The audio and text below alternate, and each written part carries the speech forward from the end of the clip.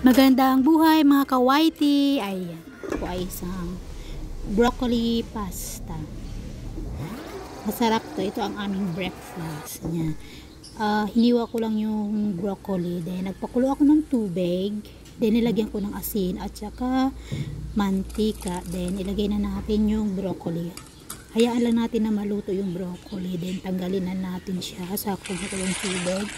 Then ilagay natin yung pasta. Penny pasta ang ginamit ko. And naglagay ako ng oil para di magdikit-dikit yung pasta.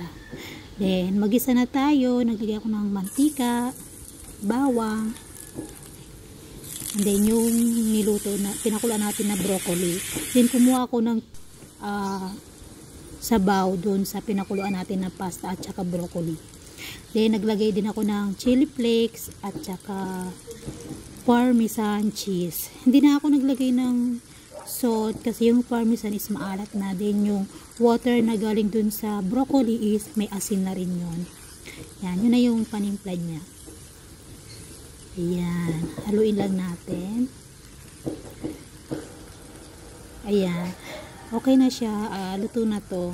Then thank you mga kawaiti. Follow for more.